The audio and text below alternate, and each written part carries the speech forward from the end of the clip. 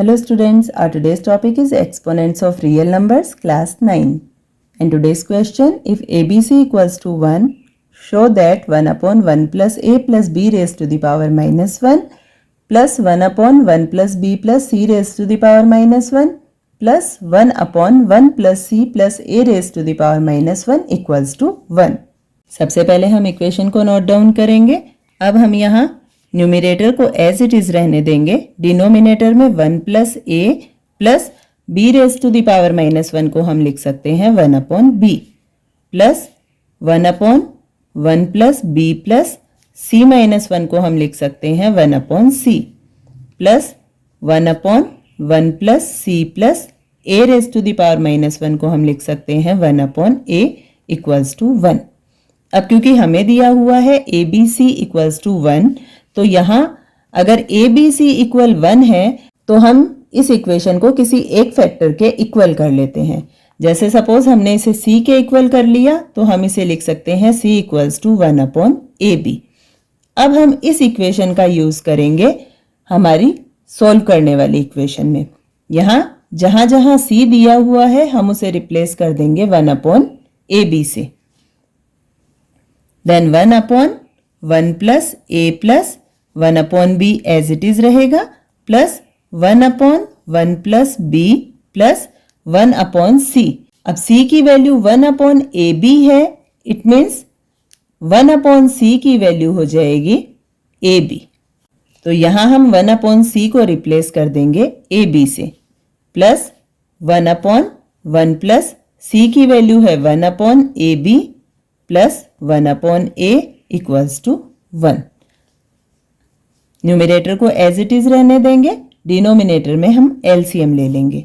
LCM होगा b, first term हो जाएगा b plus A B plus 1.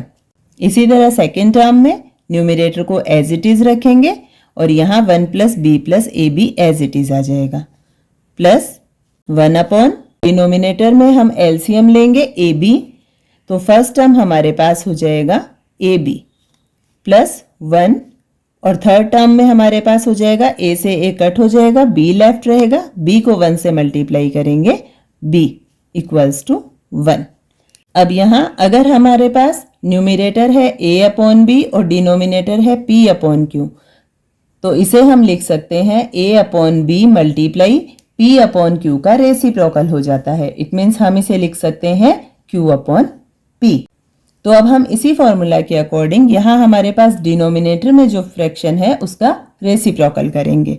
Then 1 multiply b upon b plus A B plus 1 plus second term में हमारे पास denominator में fraction नहीं है इसलिए हम इसे एज इट इज रहने देंगे. और इसी तरह थर्ड टर्म में डिनोमिनेटर में जो फ्रैक्शन है उसका रेसिप्रोकल हो जाएगा, तो ये हो जाएगी 1 multiply a b upon A B plus 1 plus b equals to 1. अब यहाँ हमें जो 3 टर्म्स दिए हुए हैं इन तीनों का डिनोमिनेटर सेम है.